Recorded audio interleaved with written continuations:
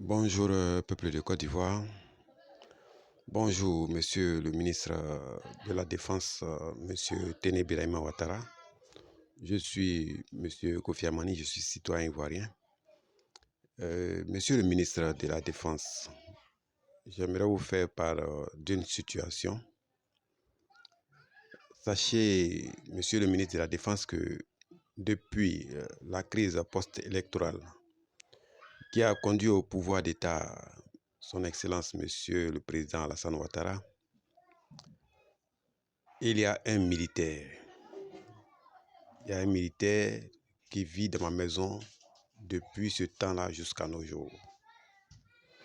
Ce militaire s'appelle Soro Sena. Soro s'écrit S-O-R-O. Sena, c'est S-E-H-E-N-A. Et ce dernier, à qui d'ailleurs l'année passée, 3 à 4 mois avant la fin de l'année, j'ai demandé de quitter la maison, qui m'avait garanti, qui m'avait donné sa parole, m'avait dit qu'il était sénoufo et que sa parole n'était pas à remettre en doute, ne s'est pas exécutée. Et donc, je viens porter à votre connaissance cette situation. Monsieur le ministre de la Défense, monsieur Téné Birahima Ouattara. Et j'aimerais comme ça dire à ce monsieur-là, monsieur Soro Sena, à sa femme et à leurs acolytes, qui sont Soro Jean-Pierre, professeur dans la ville dans une ville de l'Ouest, Siloué Olivier, qui dit qu'il est garde de corps chargé de mission d'un ministre dont je vais taire le nom ici, monsieur Thio Abou, qui dit qu'il est procureur ici au niveau de la ville d'Abidjan, à ce monsieur-là, Salif Koulibaly, qui quant à lui est avocat au niveau de la ville de Bouaké.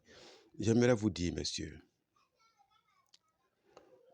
c'est avec un grand regret que j'apprends que dire que je suis xénophobe devient une arme.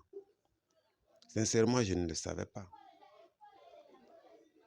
Je peux vous assurer que je ne savais pas que à marteler nous sommes des xénophobes, j'aurais dû vous abandonner ma maison. Je ne suis pas de ce genre-là, donc alors.